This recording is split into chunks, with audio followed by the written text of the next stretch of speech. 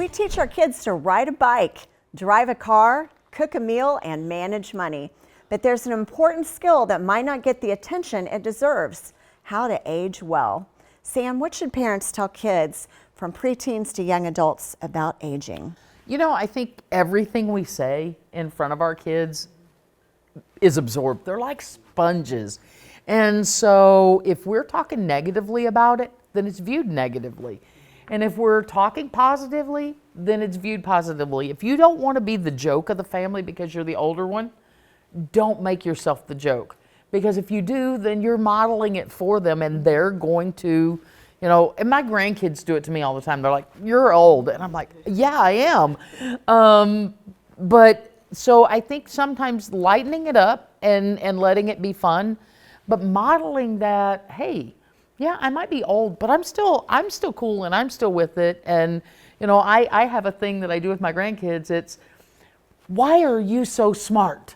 Because I get that from my mammy. And so I do that with them all the time. And it's, and they've learned that. And so they don't see me as just this old, withered up person.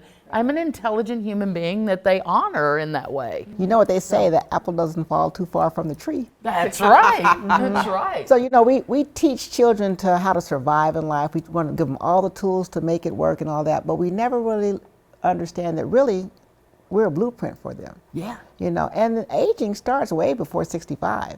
So being that blueprint and talking to them and talking through what we're doing and why we're doing it to grow older, especially as we're taking care of our parents and all that, I think that is a huge, huge, huge way to communicate with them. No, I agree. I worked with a couple about 15, 20 years ago, and they had an only child, and they began talking to him way early, like in their early 60s, about what their vision was for the future and how they were going to age and what the diagnoses they were. They just normalized it.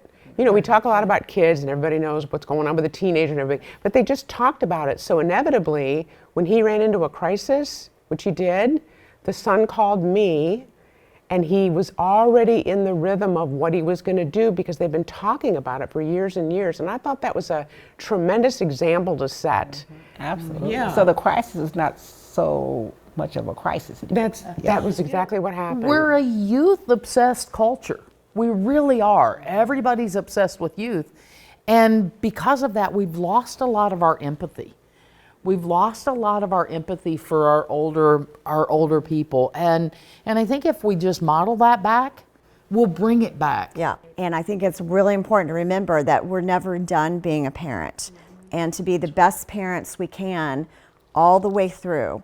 And when we're gone, decades later, younger generations will think, well, why was Grandma like that? Why was Pop like that?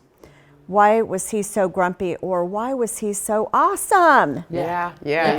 And so we either get to be a warning Oh, absolutely. or we get to be a role model, a positive role And model. you'll hear a lot of the children and all that, especially when they get in their 30s and 40s, and they're like, you know, my mom had dementia. I don't want to have it. I'm afraid. You know, what can I do?